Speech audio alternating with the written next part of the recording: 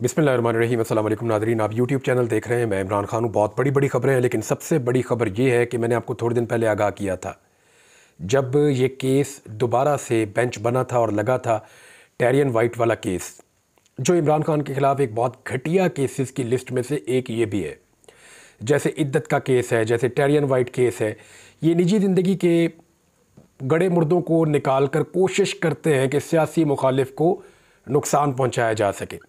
इससे पहले अदालतें बार बार कह चुकी हैं ये केस काबिल समाअत नहीं है, और मैंने आपसे कहा था कि अब ऐसा लगता है कि अदलिया के वो किरदार जो माजी में इसका हिस्सा रहे, वो भी इस केस से जान छुड़ाना चाहते हैं, और हो सकता है कि ये मामला एक ही दफ़ा सेटल हो जाए और पहली पेशी में ही हो गया। हुआ क्या कि एक बहुत बड़ी शिकस्त हुई है मुस्लिम लीग नून को और इमरान खान के सियासी मुखालिफिन को, या निज़ाम को एक बहुत बड़ी शिकस्त हुई है, क्योंकि इस केस को बड़े लंबे अरसे तक इमरान खान के ख़िलाफ़ एक हथियार के तौर पे इस्तेमाल किया गया है, और बार बार धमकाया जाता था कि ये केस बना देंगे, वो केस बना देंगे। तो अब इस केस में हुआ क्या है कि टेरियन केस एक मरतबा फिर अदालत ने नाकाबिल समाअत करार दे दिया है। इस्लामाबाद हाई कोर्ट के लार्जर बेंच ने 2 जजेस का सुनाया जाने वाला फ़ैसला दुरुस्त करार दे दिया। आपको याद है पिछले साल मई में, यानी 1 साल और 10-12 दिन गुजर गए हैं जब ये केस पिछले साल सुना गया था इस्लामाबाद हाई कोर्ट में। Chief justice of Islamabad high court इसको सुन रहे थे, उनके साथ दीगर 2 जज साहिबान थे। तो चीफ जस्टिस साहब ने बेंच तोड़ लिया था, क्योंकि 2 जज साहिबान ने चीफ जस्टिस के खिलाफ एक फ़ैसला दे के उसको अपलोड भी कर दिया था। तो चीफ जस्टिस ने अब तक उसके ऊपर फ़ैसला दिया नहीं है। अब ये केस दोबारा लगता है, और दोबारा लगता है उसी अदालत के अंदर। इस मरतबा जो लार्जर बेंच बना उसमें 3 मुअज़्ज़िज़ जज साहिबान और उनकी सरबराही की जस्टिस तारिक महमूद जहांगीरी ने, और इनके अलावा 2 दीगर जज साहिबान इस केस को सुन रहे थे। और इस केस को उसी तरह से सेटल कर दिया गया कि 2 जज साहिबान का जो पहले इससे फ़ैसला है वो फ़ैसला दुरुस्त करार दे दिया गया।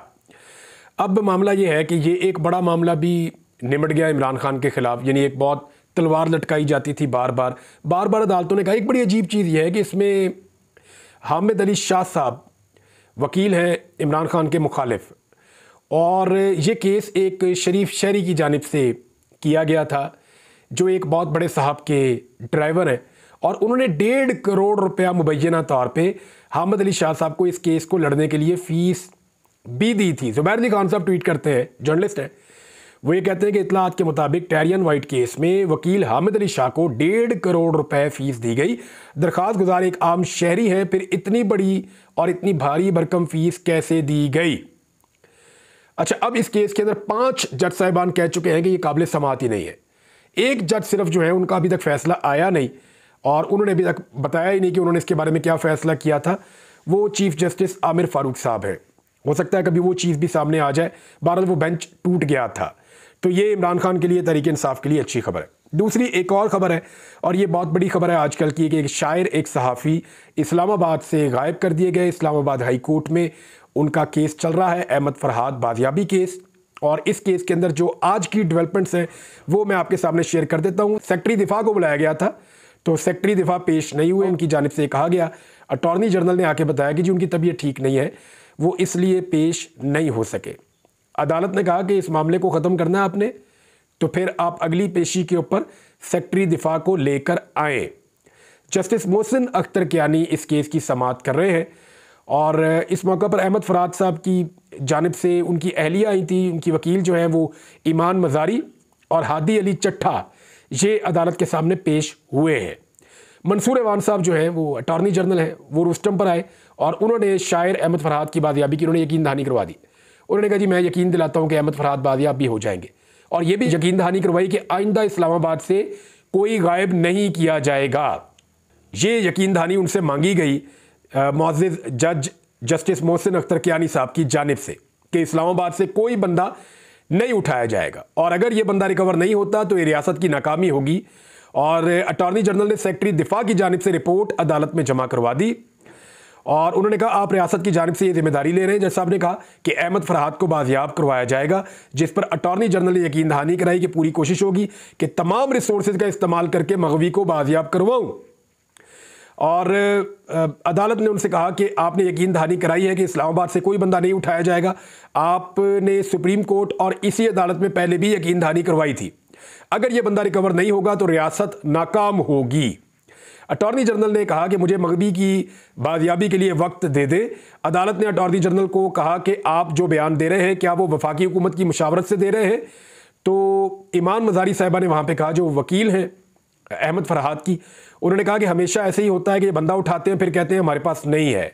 अटॉर्नी जनरल साहब ये बताएं कि पिछले 6 दिनों में बाजियाबी से मुताल्लिक क्या प्रोग्रेस है। उन्होंने कहा कि अगर एजेंसियों के पास नहीं है तो कम अज़ कम मगवी को ट्रेस तो किया जा सकता है। जस्टिस मोहसिन अख्तर कियानी साहब ने कहा कि इस मामले ने आपको और मुश्किल में डाल दिया है, जिस पर अटॉर्नी जनरल ने मौक़िफ़ अपनाया कि मैं यकीन दहानी करवा रहा हूं, जो वसाइल हैं वो इस्तेमाल में लाए जाएंगे। एसएसपी ऑपरेशन को बुलाया अदालत ने, उनसे पूछा जी आपसे जो बयान कहा था वो आप लेकर आए। एसएसपी ऑपरेशन ने बताया कि जी ऑफिसर तो मौजूद नहीं थे, सेक्टर कमांडर साहब को उन्होंने बयान लेना था। तो उनके जूनियर से बात हुई है और उनकी जानिब से रिपोर्ट सेक्रेटरी दिफा को भेज दी गई है।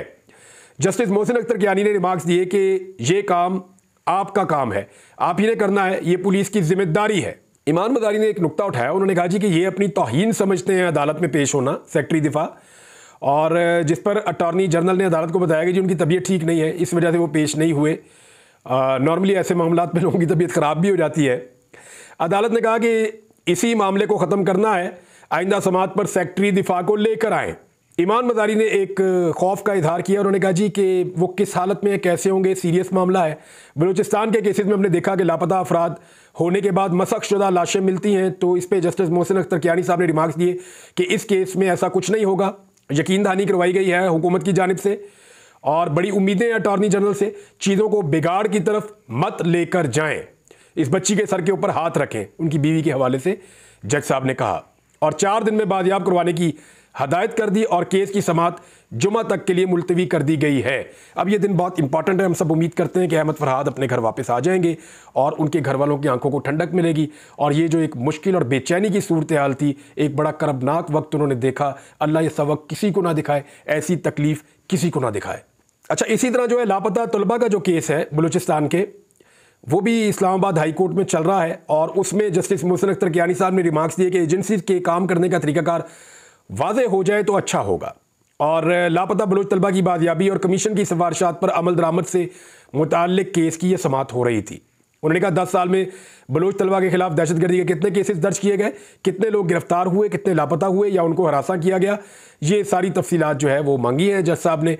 और जो वकला है वो यहाँ पे भी जो है वो वकीलों ने और जज साहब ने इसी बात के ऊपर जोर दिया। ईमान मज़ारी ही यहाँ पे वकील है, उन्होंने कहा लापता अफराद के लवाहिकीन को डराया धमकाया भी जाता है। तो यहाँ पे उन्होंने कहा कि बहुत सारे जज साहब ने कहा कि लापता अफराद अपने घरों में वापस आए हैं अटॉर्नी जनरल की काविशों से।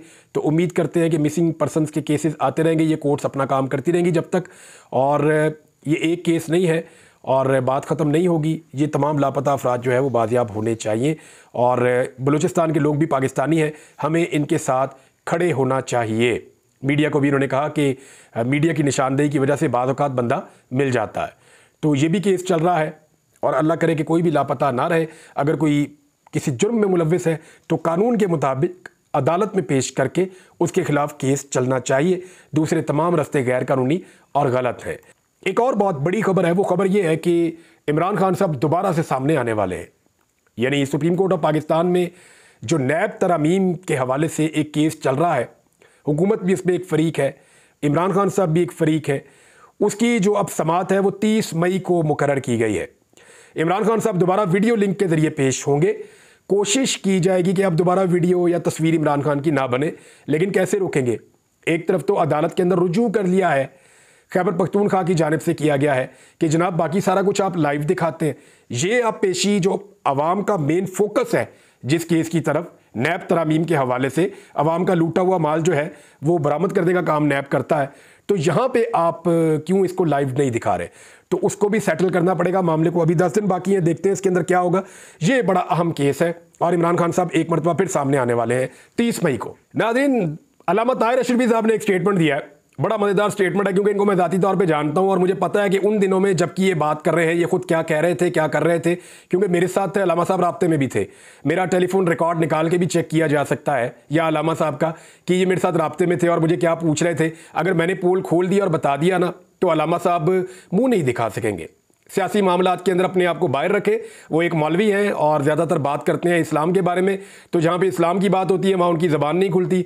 मैंने पिछले दिनों ताहिर अशरफी साहब से ये पूछा था कि सऊदी अरब के अंदर कुछ रिपोर्ट्स आ रही हैं, रिपोर्ट्स ये आ रही हैं कि वहाँ पे फैशन शो हो रहे हैं नंगे किस्म के, तो उस पर अल्लामा ताहिर अशरफी साहब की कोई राय है या नहीं है।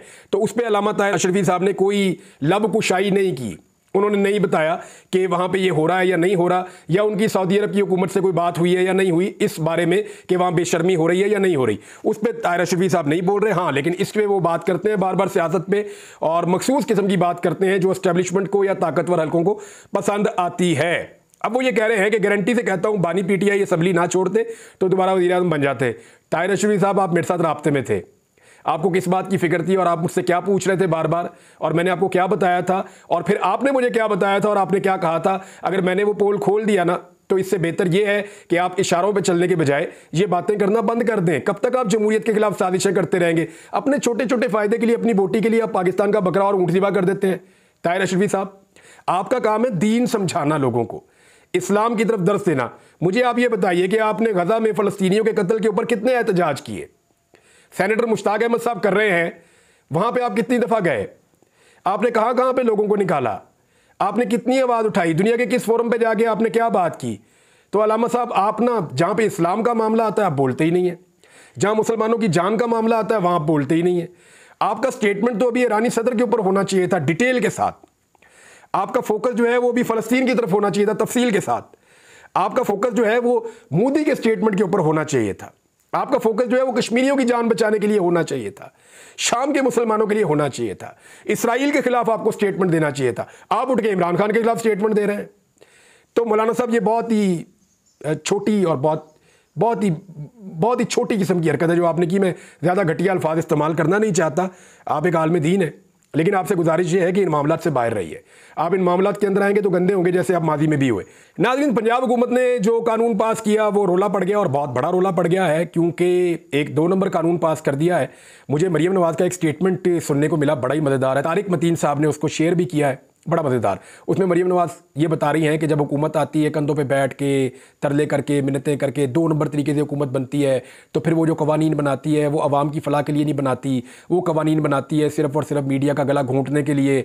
वो जिस तरह और वो सारी बातें जो मरीम नवाज़ ने की ना, वो मरीम नवाज़ के बनाए हुए इस नए कानून के ऊपर बिल्कुल एग्जैक्टली फिट आ रही हैं। वैसे कैसा ज़बरदस्त है, याद माजी जो है वो अजाब होता है। वो स्टेटमेंट अगर आप सुनेंगे आपको मज़ा आ जाएगा और वो ऐसा लगता है कि मरीम नवाज़ ने अपने ही खिलाफ वो स्टेटमेंट दिया है। बहरहाल, इस कानून को कोई भी मानने के लिए तैयार नहीं है और सब ये कह रहे हैं कि हत्या इज्जत का ये जो कानून बनाया गया है ये बहुत बड़ा जुल्म है जो मीडिया के खिलाफ मरीम नवाज़ की हुकूमत करने जा रही है, नवाज शरीफ की और उसके सहूलतकारों की ईमा के ऊपर। अब इसमें जो पाकिस्तान तहरीक इंसाफ है उन्होंने अनाउंस किया कि जी हम अदालत में जाएंगे इस कानून के खिलाफ और अदालत में जाके इसको चैलेंज करेंगे। मेरे ख्याल में जो कानून बुनियादी आइन की बुनियादी रूह से मुतसादिम हो ना, यानी आर्टिकल 19A के मुतसादिम हो जो कानून, वो कानून जो है वो लागू नहीं हो सकता। बहरहाल ये चैलेंज हो जाएगा और यहाँ पे हुकूमत को प्रॉब्लम आएगी और सहाफ़ियों को पकड़ने के लिए बनाया गया कानून नहीं चलेगा। पाकिस्तान तहरीक इंसाफ ने इसको काला कानून करार दिया है, बल्कि इसको मदर अब्बास साहब ने भी काला कानून करार दिया है और सहाफ़ती तंजीमें इसके खिलाफ सरापा एहतजाज हो गई हैं। सहाफ़ियों ने फैसला किया कि वो इसके ऊपर धरना भी देंगे, वो इसके ऊपर एहतजाज भी करेंगे, वो इसके ऊपर हड़ताल भी करेंगे और बैठेंगे पंजाब असम्बली के सामने भी, जहाँ पे ये कानून आनन फानन पास किया गया सिर्फ मीडिया को कंट्रोल करने के लिए। PFUJ और KUJ दस्तूर ने पंजाब हुकूमत का हत्या इज़्ज़त कानून मुस्तरद कर दिया। सहाफ़ियों का यह कहना है कि पंजाब हुकूमत आमराना डगर पर चल पड़ी है, हत्या इज़्ज़त कानून की मंजूरी पंजाब हुकूमत को महंगी पड़ेगी और हुकूमत आइन से मुतसादिम बिल में सहाफ़ियों के तहफ़्फ़ुज़ात को ख़त्म करे। अच्छा, तहफ़्फ़ुज़ात तो ख़त्म नहीं हो रहे, लेकिन सहाफ़ियों ने ऐलान कर दिया है कि अब वो एहतजाज करेंगे, धरना देंगे। तो देखते हैं, अब हमें धरना भी देना पड़ेगा, जाके बैठना भी पड़ेगा, एहतजाज भी करना पड़ेगा। इस फस्तायत का मुकाबला तो पिछले 2 साल से कर रहे हैं, फर्दर और इसको टाइट करने और भी करेंगे। एक खबर आ रही है बहुत अजीब सी नाज़रीन, और मुख्तलिफ लोग इसके बारे में दावा कर रहे हैं। हम अगले वीलॉग में इस पर बात करेंगे कि क्या ये मुमकिन है या नहीं। महमूद अचकज़ई साहब ने कहा कि मार्शल लॉ लगाने की कोशिश की मुज़ाहमत की जाएगी। दूसरी जानिब जो है वो कुछ सहाफ़ी भी ये बात कर रहे हैं कि PMLN हुकूमत छोड़कर जाना चाहती है।